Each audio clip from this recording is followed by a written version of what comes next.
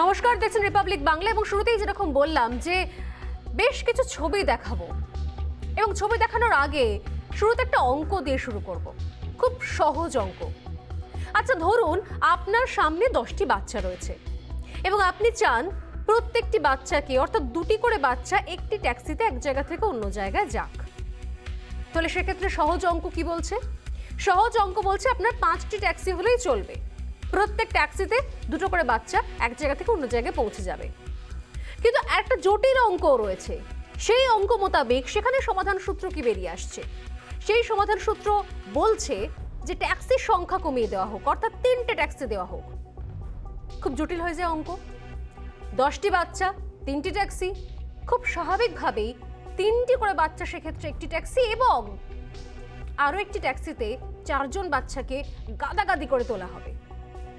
সেই ছোটবেলায় করা সমানুপাত ব্যস্তানুপাতের অঙ্ক এবং এই মুহূর্তে দাঁড়িয়ে সত্যি সত্যি অঙ্কটা আরও জটিল হয়ে দাঁড়াচ্ছে বিগত দুদিনের যদি আমরা রেল স্টেশনগুলোর ছবি দেখি। গতকাল পর্যন্ত বেশ সংখ্যাটা আশঙ্কার ছিল, ভয়ের ছিল ছবিটা, কারণ যেখানে দেখতে পাওয়া যাচ্ছে সন্ধ্যে 7টা পর্যন্ত ট্রেন চলবে লাস্ট লোকাল এবং সেখানে ভিড়ে ঠাসাঠাসি অবস্থায় ধাক্কাধাক্কি দৌড়ঝাঁপ করে মানুষ ট্রেনে উঠতে যাচ্ছেন। সেই সময় দাঁড়িয়ে দেখা যাচ্ছে দুর্ঘটনার ছবি দেখতে পেলাম আমরা। দমদমে পড়ে গিয়ে মাথা ফাটলো এক যাত্রীর। তার পর মুহূর্তে 11th আওয়ার বা 12th আওয়ারে গিয়ে জানা গেল যে 7টায় লাস্ট লোকাল নয়, লাস্ট লোকাল রাত 10টায়। যদি সত্যি জানা যেত তাহলে হয়তো ওই ব্যক্তি দমদমের হয়তো ওইভাবে দৌড়ে মাথা ফাটিয়ে ট্রেন ধরার চেষ্টা করতেন না। এ তো গেল গতকালের ছবি, সময় বদলে রাত 10টা অবধি করা হলো। কিন্তু তারপর আজকের ছবিটা কি? এই মুহূর্তে যে ছবিটা দেখতে পাচ্ছেন আপনারা, সেটা আজকে সকালে বিধাননগর স্টেশনের ছবি। ঠিক ঠিক করছে মানুষ, ভিড়ে শুধুমাত্র মানুষের মাথা দেখা যাচ্ছে এবং এই সময় দাঁড়িয়ে সত্যি সত্যি প্রশ্ন উঠছে যে এই ছবি যদি থাকে তাহলে সেক্ষেত্রে করোনা বিধি কি করে রক্ষা হবে এখানে? নিঃসন্দেহে সরকার ভাবছে, সরকার চেষ্টা করছে যতটা সম্ভব সেক্ষেত্রে নিয়ন্ত্রণে আনা যায় কিনা পরিস্থিতি, কিভাবে নিয়ন্ত্রণে আনা সম্ভব। কিন্তু সত্যি সত্যি নিয়ন্ত্রণের বাইরে কি চলে যাচ্ছে না এই ছবি? কি ছবি দেখাচ্ছে আমাদের? কোথায় দূরত্ববিধি, কোথায় মাস্ক, আর কোথায় বা 50% যাত্রীবিধি?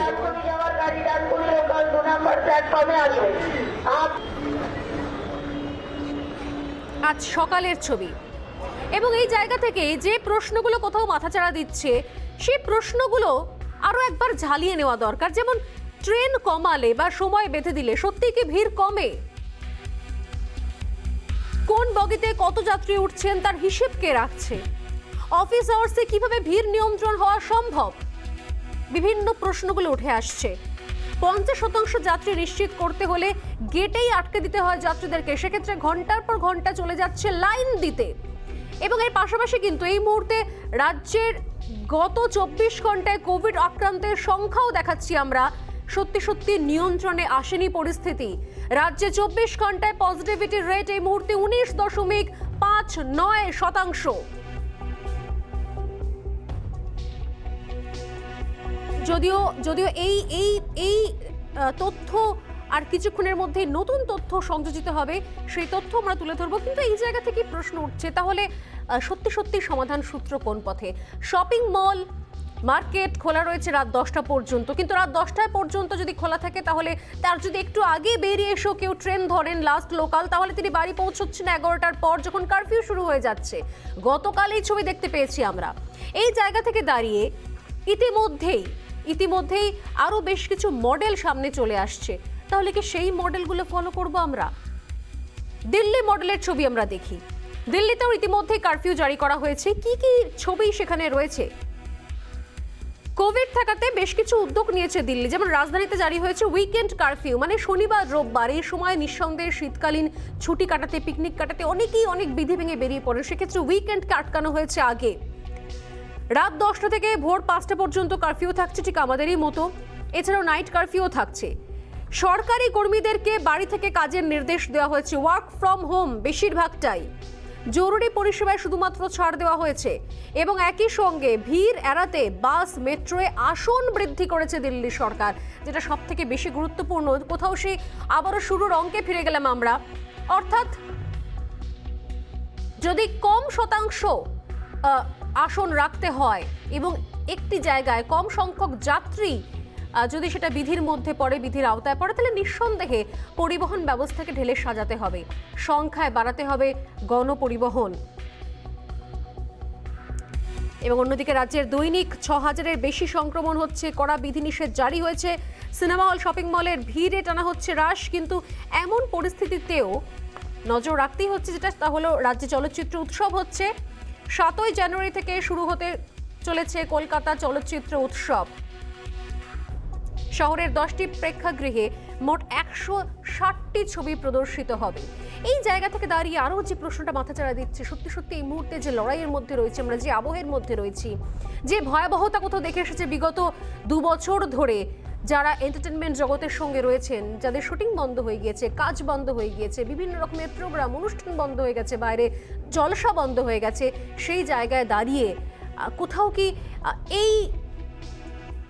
এই পরিস্থিতি কি রয়েছে আমাদের মধ্যে, যেখানে আমরা এখনো চলচ্চিত্র উৎসব করতে পারি? আর যদি করতে পারি 50% যাত্রী নিয়ে, তাহলে কি কোথাও সেই সমস্ত জলসা, শুটিং, সেগুলোর ক্ষেত্রেও একটু হলেও দরজা খুলে দেওয়া যায় না? এই প্রশ্নগুলো নিয়েই শুরু করবো আজকের সোজাসুজি স্বর্ণালী। তবে তার আগে দেখব আজকে বিশেষ প্রতিবেদন।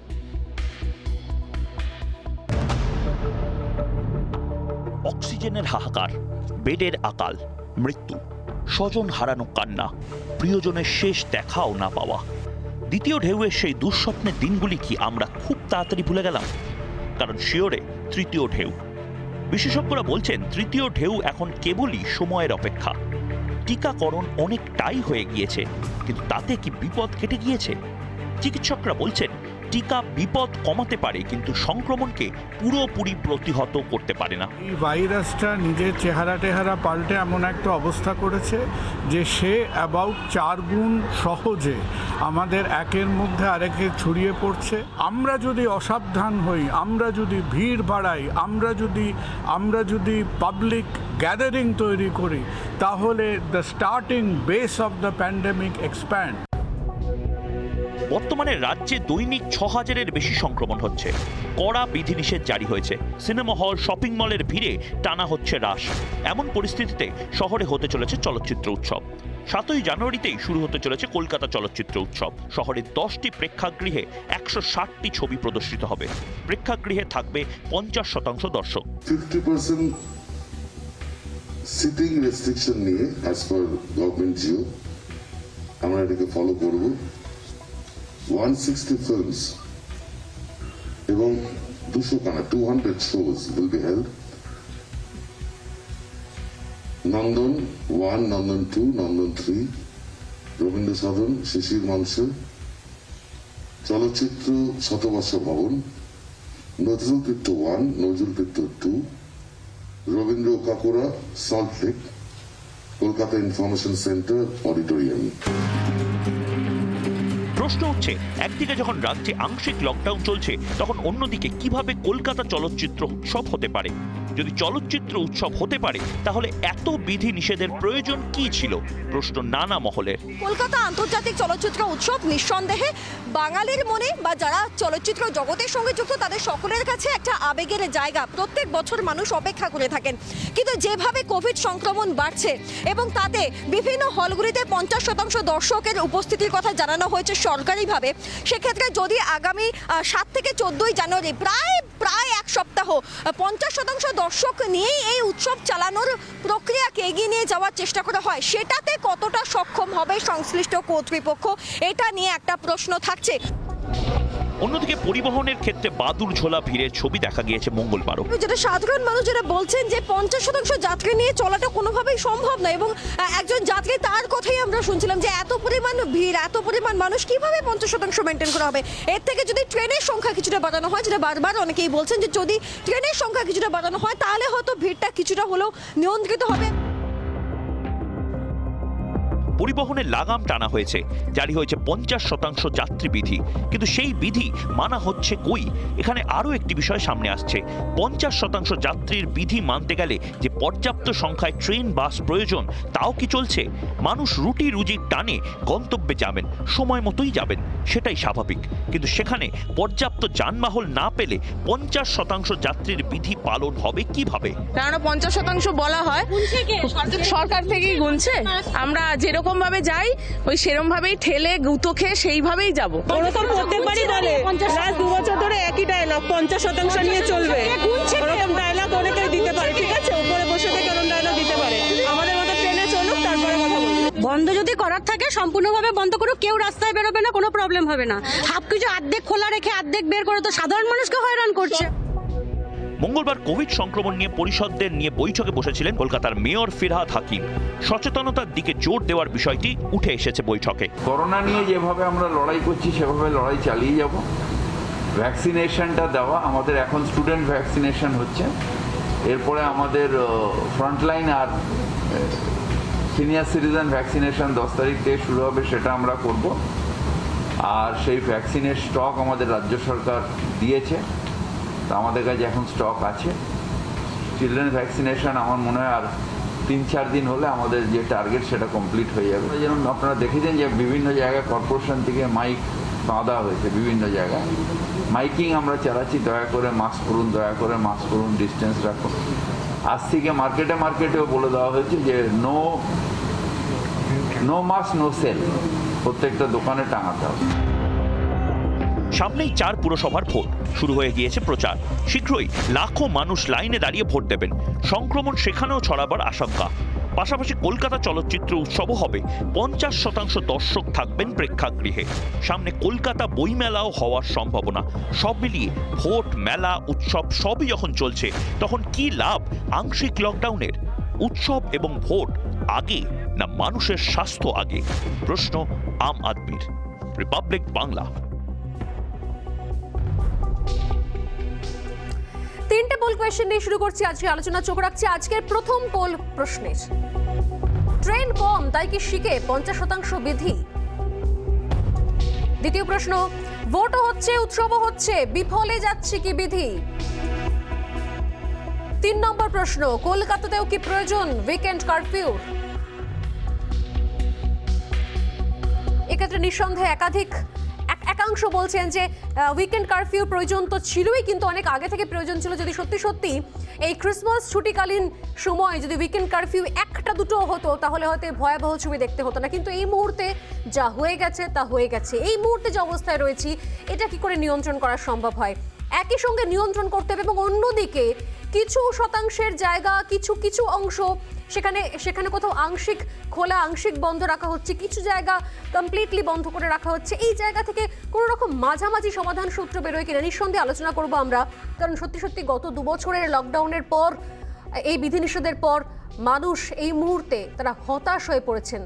রুটিরুজির প্রশ্ন চলে আসছে কোথাও। আমি সবাইকে, এই মুহূর্তে যারা রয়েছেন আমাদের সঙ্গে রয়েছেন কেয়া ঘোষ, বিজেপি মুখপাত্র রয়েছেন, কোহিনুর মজুমদার তৃণমূল কংগ্রেস মুখপাত্র রয়েছেন, সিপিএম নেতা শতরূপ ঘোষ এবং রয়েছেন সঙ্গীত শিল্পী ঋদ্ধি বন্দ্যোপাধ্যায়। আমাদের সঙ্গে আরও একজন অভিনেতা থাকবেন কিছুক্ষণ পর থেকে।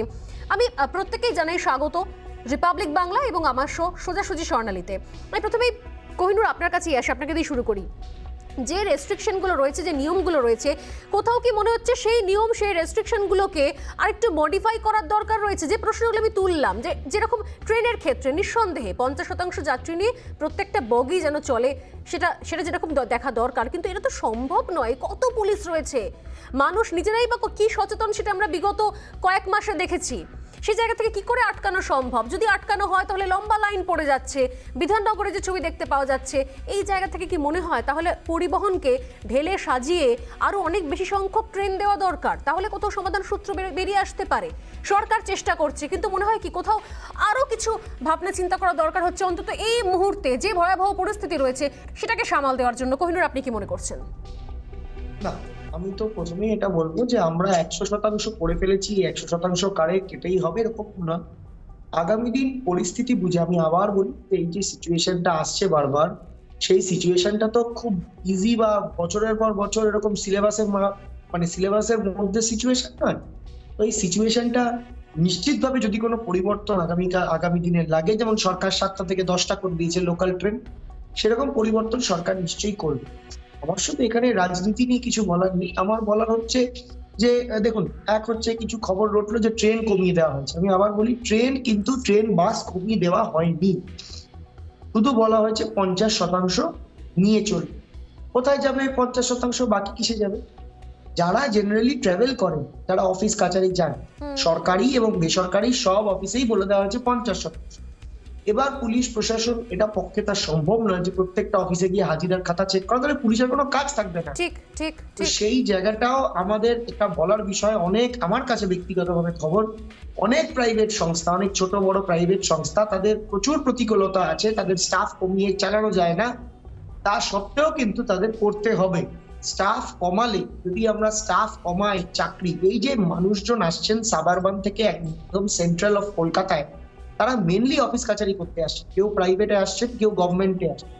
সরকার বলেছে যে ম্যাক্সিমাম, দেখুন আপনি সরকারি কর্মচারীকে পুরো ছুটি দিয়ে দিলে হবে না, কিছু পাবলিক সার্ভিসের ক্ষেত্রে ফিজিক্যাল প্রেজেন্স অত্যন্ত দরকার, কিন্তু বাকি 50% তারা কিন্তু বাড়ি থেকে কাজ করবেন, তারা ওয়ার্ক ফ্রম হোম করবেন। আমাদের বেসরকারি কোম্পানিগুলোকেও এগুলো করতে হবে, তাহলে দেখবেন একটা ক্রাউড কমে গেছে। এটা তো নিশ্চিত, আমি তো ছবিকে অস্বীকার করা যায় না যে কিছু স্পেসিফিক টাইমে রেলে ট্রেনে অনেক ভিড় হচ্ছে। আমার এই জায়গাতে প্রশ্ন ছিল কোহিনুর, যে তাহলে কি সংখ্যা কমানোর ক্ষেত্রে গুজব ছড়িয়েছে সঠিক, কিন্তু তাহলে কি তাহলে সংখ্যা আরো বাড়িয়ে দেওয়ার প্রয়োজন নয় কি? তাহলে দেখুন, ঠিক উল্টোটা হলে কি কোথাও ট্রেনের সংখ্যা বাড়ানোটা একটা টেকনিক্যাল সিদ্ধান্ত। আপনি জানেন যে ট্রেন তো আর রাস্তা না যে ওভারটেক করে চলে যাব, ট্রেনের সংখ্যা কিন্তু কমে। অতএব আপনি ধরে নিচ্ছেন, মানে যদি অঙ্কের বিচারে যে আমার প্রতিটা ক্ষেত্রে 50% লোক কমছে, ট্রেন একই থাকছে, তাহলে তো ট্রেন ভিড় আগের তুলনায় বেশি হচ্ছে, এই ব্যাপারটা অন্তত অঙ্কে দাঁড়ায়। কিছু জায়গায় হচ্ছে যেখানে মানুষ প্যানিক হচ্ছে যে আমরা পাবো না, মানুষের কাছে এই খবরটা পৌঁছে দিয়েছে। আমি তো বলবো মিডিয়ার কাছে যে অন্তত আপনারা এটা বলুন যে 100 বার কোহিনুর এটুকু জানিয়ে রাখি, গতকাল যখন একদম 11th আওয়ার 12th আওয়ারে জানানো হয় যে 7টায় লাস্ট লোকাল নয় 10টায় লাস্ট লোকাল, সেই খবরটা কিন্তু মিডিয়াই পৌঁছে দিয়েছিল, মিডিয়ার মাধ্যমেই কিন্তু মানুষ জানতে পেরেছিল।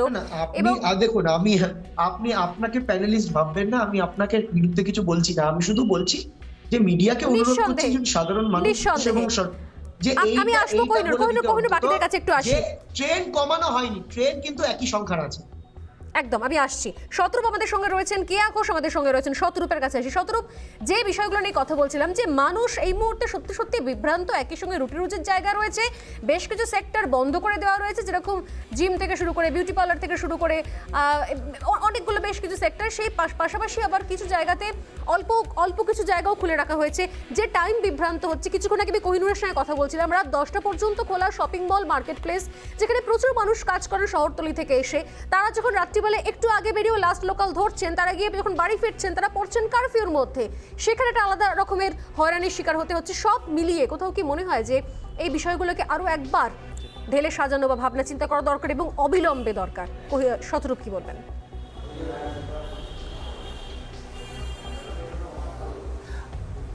আমি একটা কথা প্রথমে বলি, কোহিনুর যেটা বললো, কোহিনুর কথাটা পুরোটা ভুল বলেনি। এটা ঘটনা যে ট্রেনের সংখ্যা পরশুদিন অবধি যা ছিল সেটা যে গতকাল থেকে কমে গেছে এমন নয়, কিন্তু যেটা ঘটনা তা হচ্ছে ট্রেনের সংখ্যা কিন্তু এমনি কমই ছিল, কমই ট্রেন চলছিল। আপনারা জানেন স্বাভাবিক অবস্থায় যতগুলো ট্রেন দিনে চলে লোকাল ট্রেন, এমনি সেকেন্ড ওয়েভের সময় থেকে, সেকেন্ড লকডাউনের সময় থেকে সরকার তার সংখ্যা কমিয়ে দিয়েছিল। স্টাফ স্পেশাল ট্রেন ছাড়া অন্য কোনো ট্রেন চলছিল না দীর্ঘদিন। তারপরও কিছু কিছু ট্রেন চালু করা হয়েছিল, কিন্তু একটা বড় সংখ্যার লোকাল ট্রেন তবে থেকেই বন্ধ হয়ে পড়ে আছে, যেগুলো কিনা আজও চালু হয়নি। এই প্রসঙ্গেই আমি আপনাকে বলি স্বর্ণালী, একজন ভদ্রমহিলার কথা আপনারা শোনাচ্ছিলেন, তিনি প্ল্যাটফর্মে দাঁড়িয়ে, স্টেশনে দাঁড়িয়ে বলছিলেন, আপনি যখন অনুষ্ঠানটা শুরু করছেন তখন যে আপনার পাবলিক রিয়াকশনটা দেখাচ্ছিলেন, আমার একজন ভদ্রমহিলা, তিনি ট্রেন যাত্রী নিয়মিত বোঝাই গেল, তার কথা অত্যন্ত আমার গুরুত্বপূর্ণ মনে হলো। উনি একটা কথা বললেন তখন, যে আমাদের মতো ট্রেনে চড়ুক তখন বুঝবে। আমার মনে হয় যে আমাদের দেশের মূল সমস্যার জায়গায় এইটা, আমাদের দেশে কটা ট্রেন চলবে, কখন ট্রেন চলবে, এই পলিসি যারা ঠিক করে তারা নিজেরা কোনোদিন, তারা কেন তাদের 14 কুলে কেউ কোনোদিন নিজেরা ট্রেনে চড়ে না, তাদেরকে ট্রেনে চড়তে হয় না। সেই কারণে তাদের জীবনের বাস্তবতা এবং ট্রেন যাত্রীদের জীবনের বাস্তবতার মধ্যে কোনো সম্পর্ক নেই। দেখুন, আমি জানি না এটা কেন হয়, মমতা বন্দ্যোপাধ্যায়ের উর্বর মস্তিষ্কে এই বুদ্ধিটা প্রথম কে দিয়েছিল, কিন্তু ফার্স্ট লকডাউনের সময় থেকে দেখে আসছে এটা অদ্ভুত পলিসি সরকারের। যখনই ফিজিক্যাল ডিস্টেন্সিং বাড়ানোর প্রশ্ন ওঠে, তখনই এনারা পরিবহনের সংখ্যা কমিয়ে দিয়ে একটা গাড়িতে 3টে গাড়ির লোককে ঠুসে দেন, একটা ট্রেনে 3টে ট্রেনের লোক ঢুকে যায়, একটা মেট্রোয় 3টে ট্রেনের তিনটে মেট্রোর লোককে ঢুকিয়ে দেন। এটা যে কেন করেন, এটা করে কি উপকার হয়, কে ওনাকে এই বুদ্ধি দিয়েছিল ভগবান জানে। কিন্তু এর বাস্তব পরিণতিটা কি? আমি আপনাকে একটা কথা বলি, দেখুন এই যে 50% অকুপেন্সির কথা বলা হচ্ছে ট্রেনে বা মেট্রোয়ে, প্রথম কথা যেটা কোহিনুরও বললো, আপনিও বললেন, আমিও বলছি, এটা খুব একটা বাস্তব, কেন এগুলো দেখার কেউ নেই। কে দেখবে এখন প্রতিটা ট্রেনের কম্পার্টমেন্টে দাঁড়িয়ে কে পাহারা দেবে কোথায় 50% 60% হচ্ছে? দ্বিতীয় কথা, এটা সম্ভব নয়, আমি মানে একটা জিনিস প্রত্যেক আমার প্ল্যাটফর্মে কথা দাঁড়িয়ে বলবেন, সম্ভবই নয়। আমার বুদ্ধি কম বলে কিনা, এই 50% অকুপেন্সির মানেটা কি বলুন তো? আমি কেন বলছি সম্ভবই নয়? দ্বিতীয় কথা, আমি যদি ট্রেন বা মেট্রোকে বাদ দিয়েও রাখি, আমি বলছি কেন আমি কথাটা বলছি, আমার তো নিজের মাথা মুন্ডু কিছু বুঝি না এটার। এই যে বলছে cinema hall, theatre, shopping mall, বাজার, সব জায়গায় 50% লোক ঢুকবে। এখন ব্যাপারটা হচ্ছে সিনেমা হলে কি থিয়েটারে সিট সংখ্যা লিমিটেড, কাউন্টেড সিট সংখ্যা, সেখানে আপনি 50% ডিসাইড করতে পারেন যে মোট এতগুলো সিট, অর্ধেক ভরবো অর্ধেক ভরবো না। কিন্তু শপিং মলে 50% মানেটা কি বলুন তো? আপনি কি করে জানছেন যে সাউথ সিটি মলে 100% কত, মানে মোট কত লোকের ঢোকার কথা, যে আপনি তার 50%কে ঢুকতে দেবেন, 50%কে গেটে আটকাবেন? মানিকতলা বাজারের 100% কত কেউ জানে? বড়িহাট বাজার, কসবা বাজারের 100% কত কে, কোন ভগবান জানে এটা, যে আপনি বলবেন যে এত লোক ঢুকবে এত লোক ঢুকবে না? সুতরাং এই সমস্ত কথার কোনো মানে আছে? দেখুন, আমি একটা কথা ডেফিনেটলি এখানে বলবো, আমি কোহিনুরের স্পিরিটটাকে আমি গ্রহণ করেই এটা বলবো যে এরা এত বড় একটা ক্রাইসিস, এই ক্রাইসিসের মোকাবিলা করা শুধুমাত্র সরকারের কাজ নয়, প্রত্যেকজন মানুষকে, নাগরিককে, প্রতিটা রাজনৈতিক দলকে, সংবাদ মাধ্যমকে, আমাদের প্রত্যেককে নিজের নিজের ভূমিকা পালন করতে হবে। কখনোই সরকারের ঘাড়ে সব দায় চাপিয়ে দিয়ে আমরা এই পরিস্থিতি থেকে বেরোতে পারবো না। কিন্তু আবার এটাও তো ঘটনা, সরকারকে তো একটা বাস্তবচিত একটা রোডম্যাপ ঠিক করতে হবে। একটা উদাহরণ দিই, আপনি এতদিন ধরে সাংবাদিকতা করছেন, আপনি জানেন গতকাল 3রা জানুয়ারি আমাদের পার্টির যে মুখপত্র গণশক্তি, তার প্রতিষ্ঠা দিবস ছিল। আমি জাস্ট আমার উদাহরণটা শেষ করতে যদি পারি, আপনি যদি অ্যালাউ করেন। গণশক্তির প্রতিষ্ঠা দিবস ছিল গত 3.5 দশক ধরে, 4 দশক ধরে 3রা জানুয়ারি আমাদের হচ্ছে প্রতিষ্ঠা দিবসের অনুষ্ঠান হয়। একসময় জ্যোতি বসু তাতে মুখ্য বক্তা থাকতেন, পরবর্তীকালে বুদ্ধদেব ভট্টাচার্য থাকতেন, আমাদের একটা বড় প্রোগ্রাম। এই কোভিড সিচুয়েশনের জন্য 24 ঘন্টার নোটিসে, 1 তারিখ অবধি ঠিক ছিল আমাদের প্রোগ্রামটা অডিটোরিয়ামে হবে, 24 ঘন্টার নোটিসে আমরা প্রোগ্রামটাকে বাতিল করে ভার্চুয়াল প্রোগ্রাম করলাম। 6 তারিখ কলকাতায় ক্ষেত মজুরদের সমাবেশ হওয়ার কথা, আমরা এক কথায় বাতিল করে দিলাম। On the other hand, Abhishek Bandyopadhyay, তিনি নাকি তৃণমূলের 2 নম্বর নেতা, নাকি আমাদের রাজ্যের যুবরাজ, তিনি নাকি এখন এমপি, হ্যাঁ, সব একজন ইলেক্টেড এমপি, মানুষের ভোটে জেতা এমপি, অভিষেক বন্দ্যোপাধ্যায় ডায়মন্ড হারবারে এই কোভিড সিচুয়েশনের মধ্যে আপনি ভাবতে পারেন না, এমপি কাপ বলে একটা কাপ করলেন, টুর্নামেন্ট করলেন, যাই হোক করলেন। 1 জানুয়ারি এই কোভিডের মধ্যে 7.5 ঘন্টা ধরে 10,000-এর ওপর লোককে নিয়ে সেখানে মোৎসব করলেন diamond Harbour MP tournament, MP কাপের নাম করে 10,000-এর ওপর লোককে নিয়ে মোৎসব করছেন। এটা একজন ইলেক্টেড মেম্বার, তার ব্যবহার। আদালত যখন পুজোর সময় বলছে সরকারি কিন্তু অনেক কর্মসূচি ক্যান্সেল, বাতিল হয়ে গেছে, শতরূপ জানি রাখি, প্রবেশ করতে বারণ করছে কোভিড ছড়াবে বলে, সেই সময় রাজ্যের একজন মন্ত্রী 45 ফুটের প্যান্ডেল বানিয়ে বলছেন যে দেখো আমি লেক টাউনে বুর্জ খলিফা বানিয়েছি, তোমরা এসে দেখে যাও। পুরো 45 ফুটের প্যান্ডেল বানিয়ে রাজ্যের মন্ত্রী জায়গা রয়েছে। আমি বলছি সরকারি একাধিক প্রকল্প ক্যান্সেল হয়েছে, তাদের কোভিড অ্যাপ্রোপ্রিয়েট বিহেভিয়ার এগুলো। মমতা বন্দ্যোপাধ্যায় নিজেদের নজরুল মঞ্চের অনুষ্ঠান ক্যান্সেল করেছেন, এগুলো বাতিল হচ্ছে।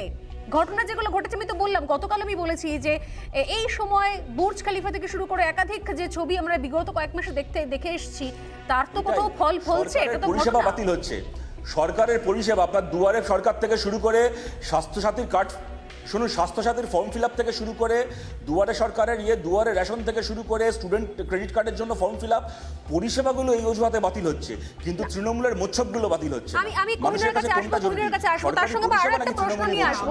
আমাদের বহুদিন আগে শতরূপ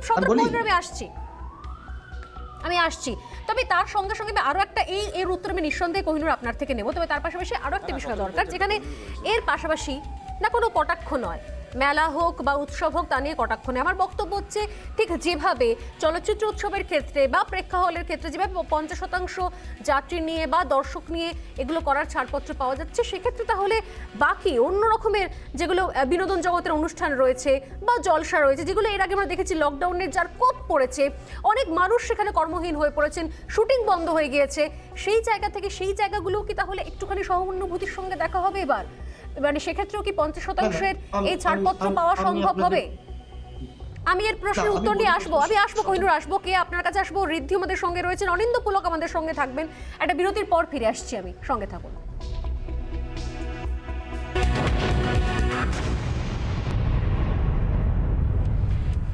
ফিরে এলাম বিরতির পর, ঠিক যেখান থেকে শেষ করেছিলাম এই আলোচনা বিরতিতে যাওয়ার আগে, অর্থাৎ বেশ কিছু ক্ষেত্রে যখন ছাড়পত্র পাওয়াই যাচ্ছে, তাহলে বাকি ক্ষেত্রগুলোতেও কেন নয়?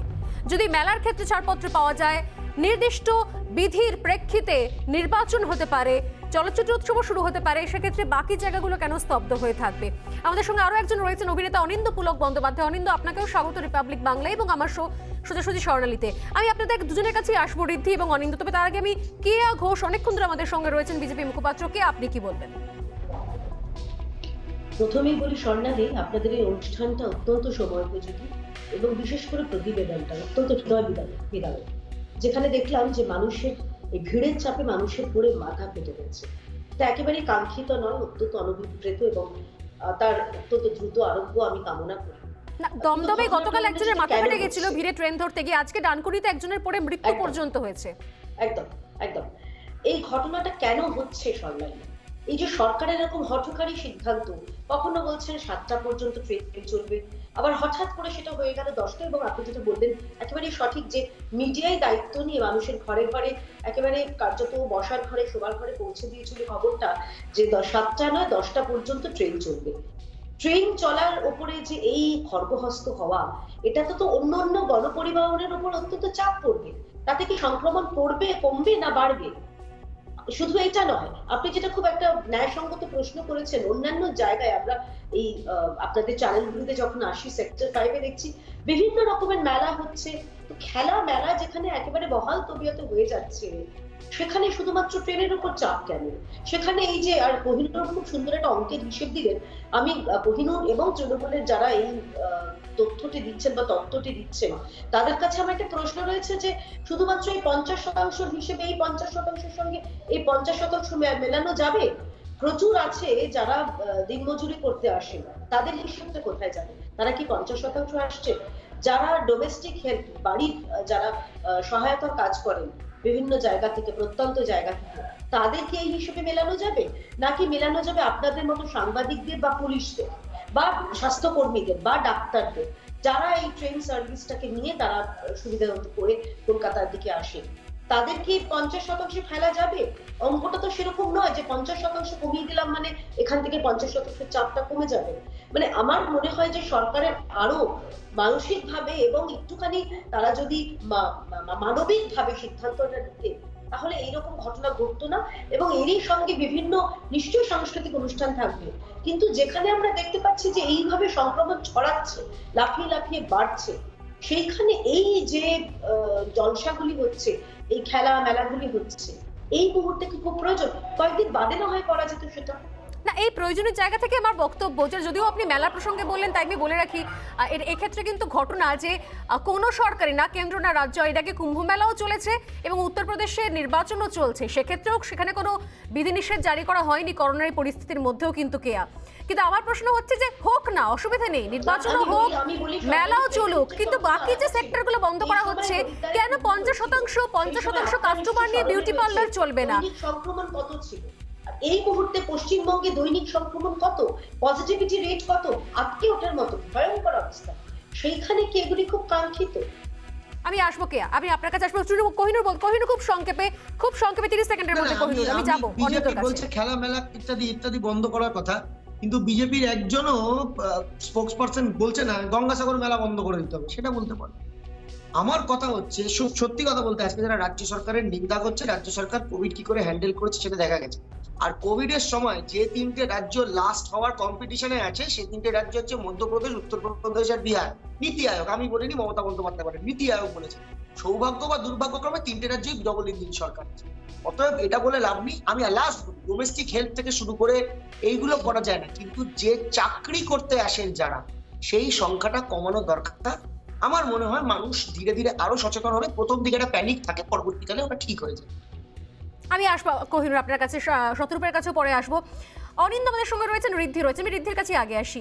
এই মুহূর্তে দাঁড়িয়ে যেটা আমি বললাম যে যদি এই জিনিসগুলো চলে, আমরা উৎসব যখন বন্ধ করছি না, এর আগে উৎসব বন্ধ করিনি, নিঃসন্দেহে সেখানে অনেক মানুষের জীবন জীবিকা থাকে, সেন্টিমেন্ট থাকে, সংস্কৃতি থাকে। এর পাশাপাশি নির্বাচন যখন হচ্ছে, চলচ্চিত্র উৎসবও শুরু হয়ে যাচ্ছে এবং সেখানেও নির্দিষ্ট বিধি মেনে সেখানে 50%-এর বেশি দর্শক নয়, এরকম রয়েছে বিষয়গুলো করা।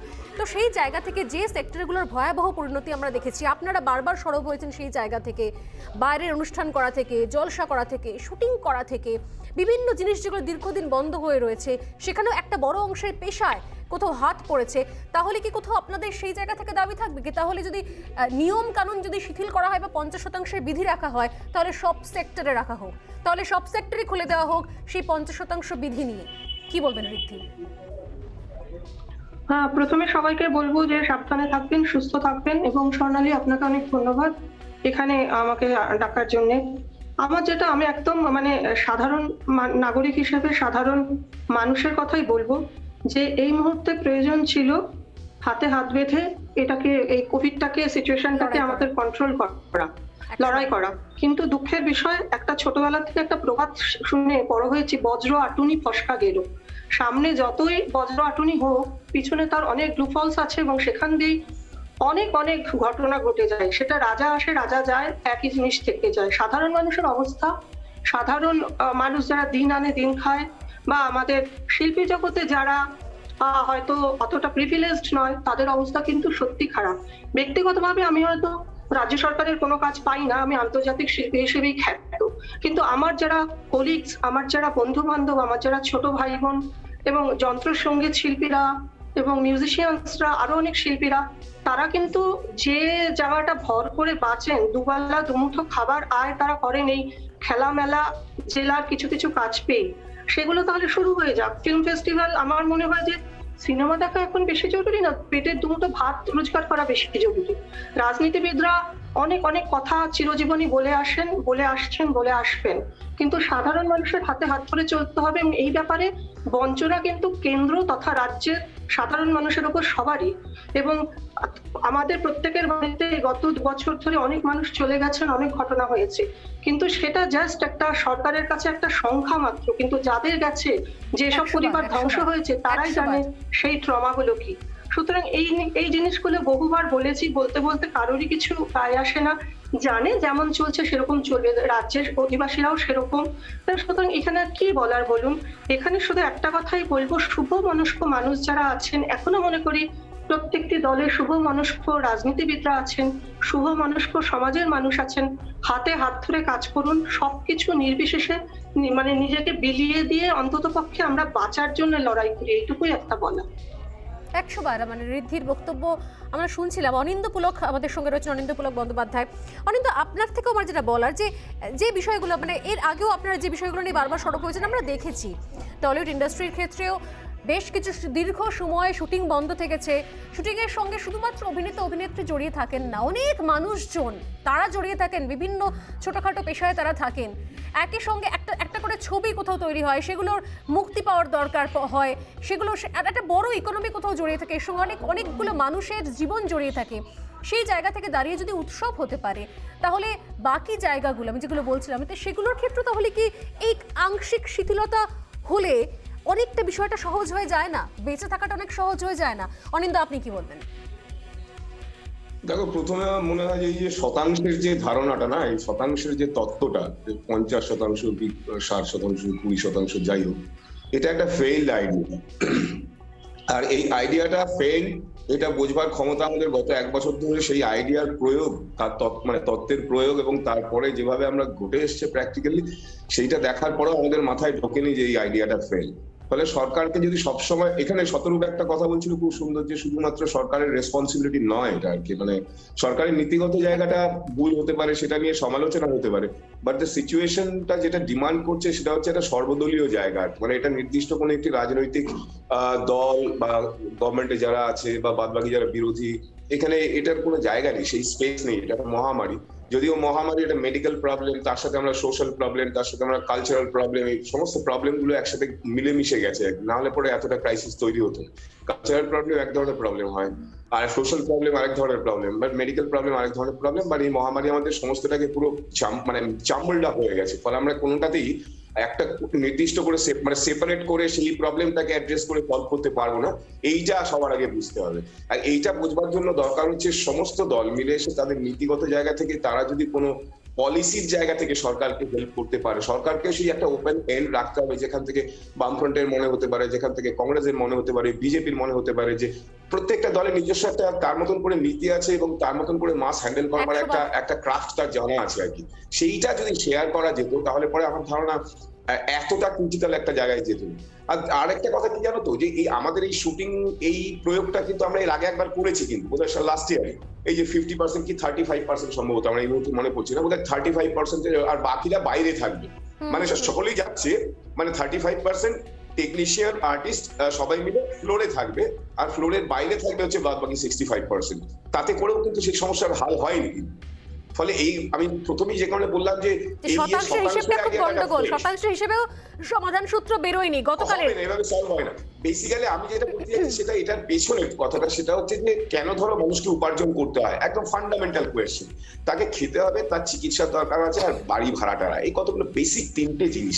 এবার যদি সরকার যদি সেই জায়গাটাকে, মূলটাকে যদি অ্যাড্রেস করে, তাহলে পরে কিন্তু আমার ধরো রোজগার দিনে 10 টাকা, এবার আমি অন্য কোনো কিছু করে 10 টাকা রোজগার করতে না পারলে যদি 2 টাকাও রোজগার করি, আবার বাকি প্রবলেম গুলোকে যদি সরকার অ্যাড্রেস করতো, তাহলে পরে আমার ধারণা সত্যি সত্যি বন্ধ করে নিয়ে গিয়ে অন্তত মানে পিওরলি যাতে বন্ধ, আর অনেক লোকের ক্ষতি হবে। এবার তো শুধু এটা আর্টিস্টদের জন্য নয়, সামগ্রিক ভাবে যারা ট্রেনে যে হকার, যে তাকেও তো দেখতে, মানে সামগ্রিক ভাবে যদি এই অ্যাড্রেসটা নেওয়া যেত খুব সাকসেসফুল, তবে আমরা সেটাকে ইয়ে করতে পারতাম আর কি। যেটা দুয়ারে সরকার নানান রকম প্রকল্প দিয়েছে, বাট ওটা কাজ করছে না প্রপারলি। যদি কাজ করতো তাহলে অন্তত অনেকটা পার্সেন্টেজ লোকের কিন্তু এই অসুবিধার ওই ঝুলে ঝুলে গিয়ে ট্রেনে যেতে গিয়ে মারা যেতে হতো না। সেই লোকটা কি দুয়ারে সরকার পায় না, নাকি সেই লোকটা যে লোকটা মারা গেছে সে সাইকেল পায়, নাকি সেই লোকটা সিপিএম এর লোক? আমি আসবো কোহিনুর, আপনার কাছেও আসবো। তবে এই শতাংশের হিসেব নিয়ে যেখানে কথা বলছিলেন অরিন্দ, সেই প্রসঙ্গের সূত্র ধরে জানিয়ে রাখি যে গতকাল থেকে যে শতাংশের হিসেব চালু হয়েছে, এই মুহূর্তে আমার শো চলতে চলতে যে খবর আমার কাছে এসে পৌঁছচ্ছে, আমি আমার অতিথিদের জানিয়ে রাখি এবং একই সঙ্গে আপনাদেরও জানাই, রাজ্যে একদিনে আক্রান্ত ছাড়ালো ৯,৭৭৩, যা গতকালের থেকে ৩,০০০ বেশি। গত ২৪ ঘন্টায় করোনায় মৃত সংখ্যাও বেড়েছে এবং একই সঙ্গে রাজ্যে ঊর্ধ্বমুখী হয়েছে করোনার গ্রাফ আরও। গত ২৪ ঘন্টায় একদিনে আক্রান্ত ৯,০৭৩ জন। কলকাতাতে একদিনে করোনায় মৃত ৩, গত ২৪ ঘন্টায় রাজ্যে করোনায় মৃত ১৬। গতকালের থেকে ৩,০০০ বেশি আক্রান্ত। আমরা কিছুক্ষণ আগে কথা বলছিলাম এই সংক্রমণ নিয়ে, এই শতাংশের হিসেব নিয়ে, কিভাবে সম্ভব, মানুষ কোথায় ভুল করছে, কিভাবে প্যানিকড হচ্ছে। সমাজতা রয়েছে নিউজ রুম থেকে, আমি খুব সংক্ষেপে সমাজতা থেকে আরেকটু আপডেট নিয়ে নিই। সমাজতা, আর কি তথ্য জানতে পারা যাচ্ছে?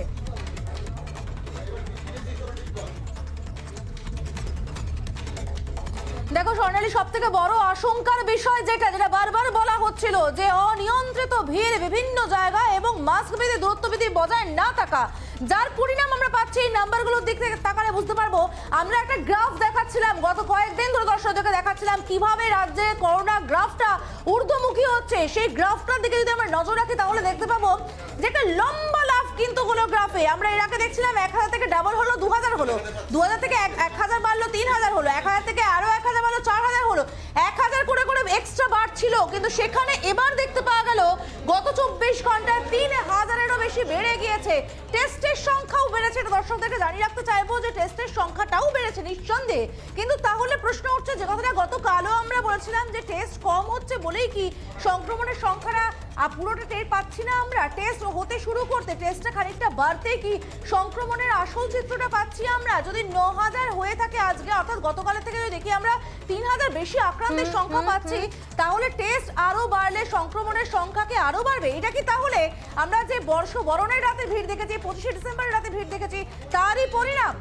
শুধু তাই নয় সমাজতা, একই সঙ্গে যেটা আমি বলছিলাম, যেটা নিয়ে আলোচনা হচ্ছিল, অনেক ধন্যবাদ তোমাকে, যে তাহলে গতকাল থেকে যে কড়া বিধিনিষেধ চলছিল, বিভিন্ন জায়গায় শুরু হয়ে গিয়েছে, গতকাল থেকে বেশ কিছু জায়গা বন্ধ হয়ে গিয়েছে, বিধিনিষেধ রয়েছে, স্কুল কলেজ বন্ধ হয়ে গিয়েছে, ৩ তারিখ থেকে সেগুলো কার্যকর হয়েছে, তারপর আজকে ৪ তারিখে ৩,০০০ বেশি আক্রান্ত। কিভাবে? একটা বিরতি নিচ্ছি, বিরতির পর ফিরে আসছি এই আলোচনার সঙ্গে থাকুন।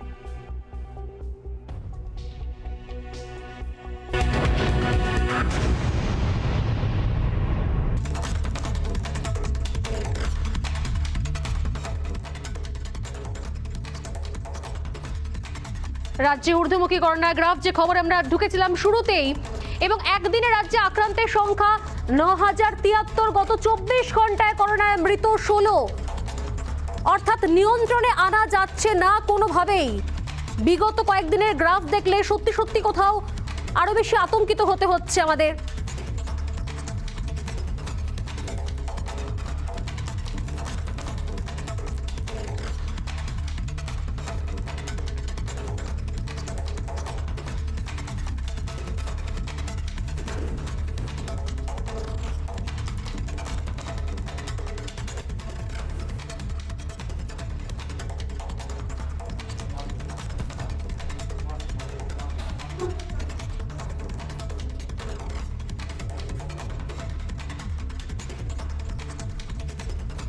বিগত কয়েকদিনে যদি গ্রাফটা আমরা দেখি, একই সঙ্গে গ্রাফটা দেখলে রীতিমতো ভয়ের একটা বাতাবরণ তৈরি হবে। এই মুহূর্তে আমি যাবো প্রত্যেক অতিথির কাছে, 30 সেকেন্ড করে সময়, তবে তার আগে এই করোনার গ্রাফটা আমি একবার দেখাবার চেষ্টা করব। 30শে ডিসেম্বর থেকে যদি আমরা দেখি, 30শে ডিসেম্বর থেকে কিভাবে বেড়েছে, প্রথমে 2128, 31শে ডিসেম্বর সংখ্যাটা হয়ে দাঁড়িয়েছে 3451। সেই সংখ্যাটাই পয়লা জানুয়ারি কিভাবে বেড়ে গেছে এই গ্রাফ, পয়লা জানুয়ারি হয়ে দাঁড়িয়েছে সংখ্যাটা আরো বেড়ে 4512, 2রা জানুয়ারি 6153, 3রা জানুয়ারি একটু কম 6078, কিন্তু তারপর আজকে 4ঠা জানুয়ারি আজকের যে খবর পাওয়া যাচ্ছে 1 লাফে অনেকটা বেড়ে গিয়েছে এই সংক্রমণের সংখ্যা, আক্রান্তের সংখ্যা। প্রত্যেকের কাছে আমি যাবো 30 সেকেন্ড করে সময়, যে সত্যি তাহলে কি পরিকাঠামো নিয়ে নতুন করে ভেবে দেখার প্রয়োজনীয়তা রয়েছে, তাহলে কি কোনোভাবেই নিয়ন্ত্রণে আনা সম্ভব হচ্ছে না, এবার কি তাহলে চ্যালেঞ্জটা আরো কঠিন?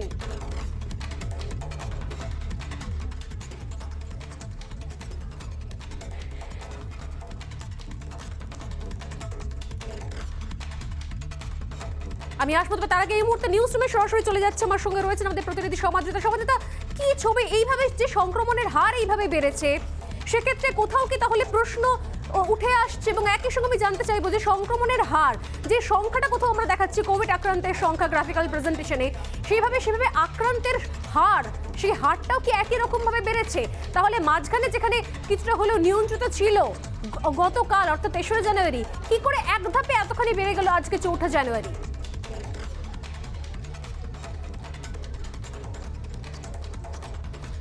একদমই স্বর্ণালী, ভীষণ ইম্পর্টেন্ট একটা প্রশ্ন, এবং এই কথাটা কিন্তু গতকালও আমরা বলেছিলাম যে সংক্রমণের হারটা দেখানোর সঙ্গে সঙ্গে আজকে যেটা 18.96% গোটা রাজ্য জুড়ে পজিটিভিটি রেট যেটাকে আমরা বলি, আমরা দেখানোর সঙ্গে সঙ্গে এই কথাটাও কিন্তু গতকাল বলেছিলাম যে টেস্টিং কম হয়েছে গতকাল, অর্থাৎ পরীক্ষা কম হয়েছে। যত বেশি টেস্ট বাড়ছে তত বেশি বোঝা যাচ্ছে কারা আক্রান্ত হয়েছেন। এবং প্রথমেই তুমি যে কথাটা বললে স্বর্ণালী, কেন এই পরিস্থিতি তৈরি হলো, আমি নিজে বর্ষবরণের রাতে পার্ক স্ট্রিটে ছিলাম, আমি নিজে কভারেজ করেছি, সেখানে আমাদের বাকি প্রতিনিধিরা 25শে ডিসেম্বরের ছবিটা দেখিয়েছেন। সংক্রমণটা তো টের পাওয়া যাচ্ছে সেই সব উৎসব এবং সমস্ত কিছুতে যে মানুষের ভিড় আমরা দেখেছি, সেই ভিড় থেকে যে সংক্রমণ ছড়িয়েছে তারই তো পরিণাম আমরা আজকে এসে বুঝতে পারছি। এবং একের পর এক আমরা আমাদের প্রতিনিধি সচিনের সঙ্গে যখন কথা বলেছিলাম, সচিন আমাদের বলেছিল যে স্বাস্থ্য দপ্তরের যে বৈঠক হয়েছে সেই বৈঠকও কিন্তু স্বাস্থ্য দপ্তরের কর্তারা যথেষ্ট চিন্তিত ছিলেন, তারাও কিন্তু বলেছিলেন যে সংক্রমণ বাড়ছে এবং এই সংক্রমণটা আরো বাড়বে। তারাও সঙ্গে রয়েছেন টেলিফোন লাইনে চিকিৎসক অরিন্দম বিশ্বাস।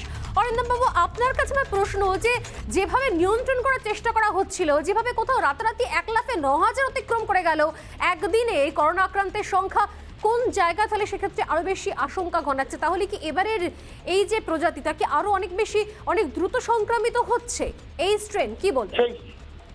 দেখুন, এইটা প্রমাণিত যে সংক্রমিত করছে অনেক বেশি, অনেক হারে মানুষ সংক্রমিত হচ্ছে, এবং শুধু সাধারণ মানুষ নয়, চিকিৎসক, পুলিশ, কেউ বাকি থাকছে না।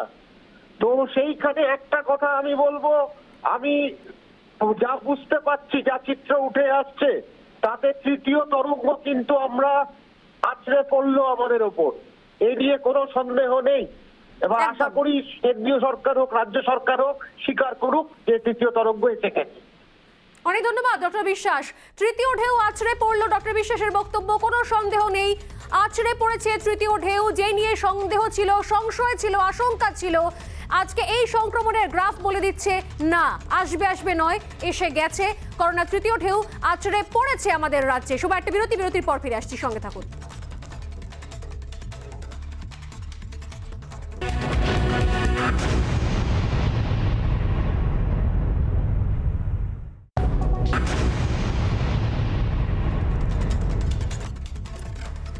সত্যি আর কিছু বলার নেই, শুধুমাত্র একটাই কথা বলার, দয়া করে সাবধান হন, দয়া করে সচেতন হন, কারণ সত্যি সময়টা বড্ড বেশি খারাপ। এবং একই সঙ্গে সরকারের তরফ থেকে একটাই বিষয় বলার, যে যেন আরো বিষয়গুলোকে নতুন করে ভেবে দেখার অনুরোধ শুধু রাখার কথা বলতে পারি আমি। এই মুহূর্তে সোজাসুজি স্বর্ণালী শেষ করছি এখানে, আবার দেখা হবে আগামীকাল ঠিক সন্ধ্যে 6:57। ভালো থাকবেন, সুস্থ থাকবেন, নমস্কার।